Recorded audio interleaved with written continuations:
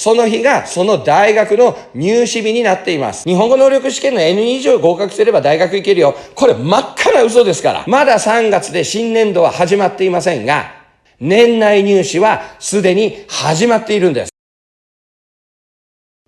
日本の大学の学部に進学を希望している外国人留学生の皆さんに最後の警告です。2026年4月から入学を希望している留学生は、直ちに EJU 日本留学試験に出願しましょう。2025年度第1回日本留学試験の出願の締め切りが3月の6日に迫っています。3月の6日に迫っています。締め切り間近です。ですので、直ちに出願するようにしてください。それも前の動画でも言いましたが、3科目受験で出願するようにしましょう。特に数学を選ぶときは文系の人、理系の人、コースを間違えないように出願してください。何度でも言います。日本の大学で実施される外国人留学生向けの入試は特別選抜入試といって、日本人の特別選抜入試と同じです。この特別選抜入試は別名年内入試と言われ、年内に終わってしまう入試になっています。ですので、今から EJU 日本留学試験に出願して6月の試験を受験しなければ大学の学部入試には出願できなくなってしまいます。ですので直ちに出願するようにしましょう。こちら見てください。去年のカレンダーですがもう一度改めて確認いたします。こちら9月のカレンダーですがここに大学の名前が書いてあります。この名前が書いてある日がその大学の入試日になっています。これ、9月のカレンダーです。9月から大学入試が始まっているのです。これが特別選抜、年内入試です。続いて、10月。この10月にも大学の名前が出ています。この名前のある日がその大学の入試日になっています。ですので、6月の留学試験を受験して、その成績で出願しなければ、これらの大学を受けることはできません。ちなみに、緑色で書かれている大学は国公立大学になります。青で書かれている大学は2回目以降の募集がその日だということを表しています。これが10月のカレンダーです。続いて、こちら去年の11月です。毎年そうですが、11月が最も特別選抜入試が実施される月になっています。こちらも見てわかる通り、緑色の字は国公立大学で、青字は2回目以降の募集になっています。名前があるその日がその大学の入試日になっています。また、こちらですね。日本留学試験が11月のこの日に実施されますが、もうすでに9月も過ぎて、10月も過ぎて、そして11月がこのようになっていますので、ここに名前が載っている大学には11月の留学試験で出願することはできません。で、次。こちら。去年の12月のカレンダーです。12月にもたくさんの大学の名前が載っていますが、この名前のある日がその大学の入試の日になっています。そして20日ですね。こちらが第2回日本留学試験の成績の発表日になっています。この第2回目の11月の留学試験の結果を12月の20日に見てから大学を探そうとしても、これまで見てきたカレンダーに名前が載っていた大学にはもう出願することができません。で、1月ですね。1月にもこのように名前が出ていますが、やはり少なくなっています。そして、2月ですね。2月は青字の大学がほとんどで、しかもお気づきかもしれませんが、平日に入試が実施されています。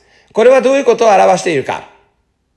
もう年明け以降の募集は、ほとんどが欠員募集にあたる入試になっています。ここに名前が載っているほとんどの大学は、欠員募集のための募集になっています。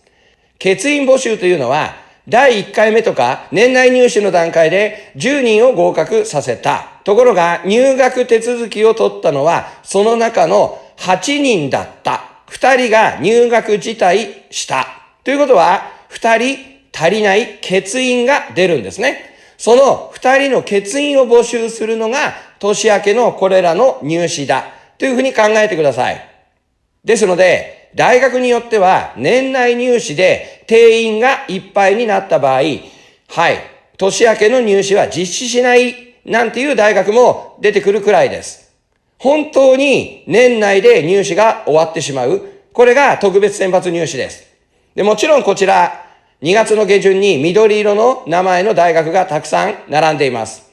ここら辺に国公立大学の試験日が集中しているのですが、この中でも12月の20日に結果を見てから出願しては遅いという国公立大学もあるくらいです。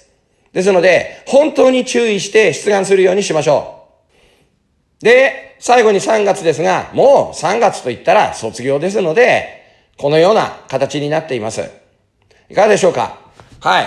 こちら、ざっとカレンダー並べてみましたけども、ちょっと字小さいですけれども、ご覧いただけると思います。9月から12月までに黒い名前の大学がちょこちょこ書いてあるのがわかると思うんですね。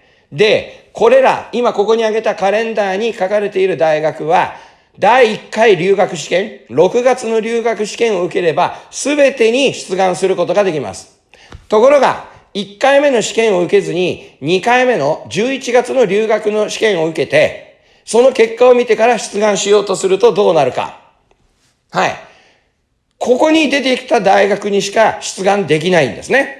で、さっき言った通り、欠員募集がほとんどですので、非常に狭き門になっていますし、もっと言うなら、名前を聞いたことあるような有名な大学は、ほぼほぼ終わっています。ですので、ここら辺、しっかり注意してください。そして、もう一点、日本語能力試験ですね。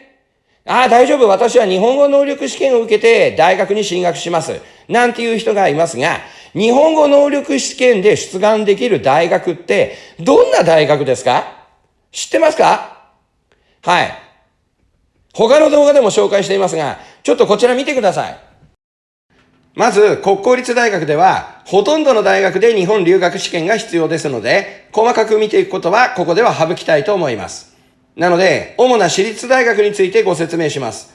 なお、これは実施されたデータですので、特別選抜入試は、年度によってやり方とか出願条件とかが変わってきますので、必ず出願前に確認するようにしてください。これはあくまでも参考としての資料だと思ってください。まずは、慶応義塾大学です。こちら、ご覧ください。これ、日本語能力試験出願条件にしてないんですね。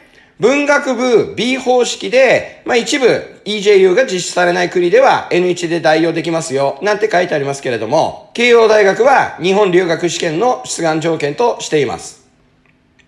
そしてこちら、早稲田大学。実は、以前は早稲田大学は日本語能力試験でも出願できたんですね。ところが、最近になって日本語能力試験を認めているのはこちら。これらの学部だけになってしまって、まず日本留学試験が出願の条件となっています。そして、上智大学。日本語能力試験は出願条件になっていません。日本語能力試験で出願したくても出願できないんですね。そしてさらに、日本語の試験においては、厳しい出願条件が課されています。で、次。国際キリスト教大学。はい。日本語能力試験では出願できません。次、明治大学。はい。日本語能力試験では出願できません。はい。青山学院大学。こちらは特別で、以前は青山学院大学は日本語能力試験も日本留学試験も出願条件として求めてなかったんですね。ところがある時からこのような条件を課すようになってきて、学部によっては日本語能力試験でも出願できるようになっていますが、先ほど申し上げた通り、年度によって出願条件変わってきますので、出願前に必ず確認するようにしましょう。続いて、立教大学。ご覧ください。異文化コミュニケーション学部以外、日本語能力試験を出願条件として認めていません。中央大学。日本語能力試験を出願条件としては認めていません。法政大学。日本語能力試験は出願条件として認めていません。津田塾大学。こちらは日本語能力試験に寛容で出願条件としていますが、これもすでに実施された入試のデータですので、新しいデータは必ず出願前に確認するようにしてください。続きまして、東京理科大学。日本語能力試験を出願条件にはしていません。はい、学習院大学。日本語能力試験では出願ができません。明治学院大学。日本語能力試験では出願できません。成蹊大学。日本語能力試験で出願できるというよりも、こちらは独自の方法で外国人入試を行いますので、このような形になっています。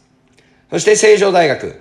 成城大学も独自の総合型選抜で実施されましたので、どちらの試験も必要とされていません。学習院女子大学。日本語能力試験では出願ができません。聖心女子大学。聖心女子大学はもう歴史的に日本語能力試験でも日本留学試験でも出願が可能となっていますが、日本人と同じ総合型選抜で入試が実施されますので注意が必要です。続いて東京女子大学です。日本語能力試験では出願ができません。日本女子大学。日本語能力試験では出願ができません。獨協大学。独協大学も寛容で、日本語能力試験でも、日本留学試験でも出願することができるようになっています。続いて、國學院大学。國學院大学も学部によっては、どちらでも可能となっています。続いて、神田外語大学。日本語能力試験では出願ができません。武蔵大学。日本語能力試験では出願ができません。駒澤大学。日本語能力試験では出願ができません。しかも、ホームページにはわざわざ日本語能力試験では出願できませんよと注意書きが書かれています。続いて専修大学。日本語能力試験では出願できません。続いて創価大学。創価大学もどちらでも可能という形になっていますが、合否判定の材料としては個別試験の方で合否判定を行うようです。はい、次、女子栄養大学。日本語能力試験では出願ができません。フェリス女学院大学。フェリスも日本語能力試験、日本留学試験、どちらも出願条件として認めていますが、JLPT の方は N1 合格といった具合に厳しい基準となっています。はい、続いて聖仙女子大学。日本語能力試験では出願ができません。はい、続いて芝浦工業大学。日本語能力試験では出願ができません。はい、続いて産業能率大学。山王大学は日本語能力試験でも出願できるんですが、もともと日本語学校から N2 相当の証明書が出れば、それで出願条件という形になっていますので、このような形になっています。はい、続いて玉川大学。玉川大学も日本人と同じ総合型選抜で外国人を取るようですので、このような形になっています。はい、次、東京経済大学。日本語能力試験では出願できません。東洋大学。日本語能力試験では出願できません。かつ、日本語が300点以上つって厳しい基準となっていて、特に英語の独自試験っていうのも実施される学部がありますので注意が必要です。どうですか？他の動画でも紹介していますが、日本語能力試験で出願できる大学っていうのは、申し訳ないですけれども、日本人にはあまり人気のない大学が中心になっています。6割以上の大学では、日本留学試験の方が必要で、日本語能力試験で出願できる大学の方がはるかに少ないです。また、出願できる大学も、あれだったらもう日本人に大学の名前言って、どんな大学か周りの日本人に聞いてみてください。日本人の学生が行きたがらないような大学が、学生が集められなくて、日本語能力試験でも出願できますよ、という形で外国人留学生を募集している、なんていう大学がほとんどです。ですので、もう一度言います。日本の大学の学部に進学を希望する外国人留学生は、3月6日までに日本留学試験に出願するようにしましょう。大丈夫。日本語能力試験の N2 以上合格すれば大学行けるよ。これ真っ赤な嘘ですから。いいですか？信用しないでください。また、今カレンダー見てお気づきになったと思いますけど、申し訳ございません。この情報は関東地方、関東圏の大学になっていますが、日本全国どこも同じです。大学の外国人留学生の入試は特別選抜枠で募集されるんです。ですので、東京は早いですね。大阪は遅いですよ。そんなの嘘ですから信じないでください。九州だろうが、名古屋だろうが、大学の外国人留学生入試が特別選抜で実施される場合は、別名年内入試と呼ばれるように、年内で終わりますから。年内で終わる入試を受けるのに、なんで12月20日の結果まで待つんですか？ありえませんよね。ですので、大学の学部進学を考える人は、3月6日までに2025年度第1回 EJU 日本留学試験に出願するようにしましょう。また、大学院でも留学試験が必要な人、専門学校でも一部では留学試験を求めてくる専門学校もありますので、しっかりと調べて、とにかく3月6日までに出願するようにしてください。よろしいでしょうか。まずは出願から始まります。で、こちらの方のチャンネルではですね、今年度ね、ちょくちょく大学進学とかね、専門学校進学、大学院進学についてのアドバイス動画をアップしていきますので、ぜひですね、まずはこれを信じてですね、しっかりと来年に向けた対策を始めてください。まだ3月で新年度は始まっていませんが、年内入試はすでに始まっているんです。よろしいでしょうか。はい。もう一度言います。最後の警告です。2026年4月から日本の大学に進学を希望している外国人留学生は3月6日までに日本留学試験の出願をしましょう。よろしいでしょうか。とりあえず今回の動画はこれくらいにしたいと思います。いってらっしゃい。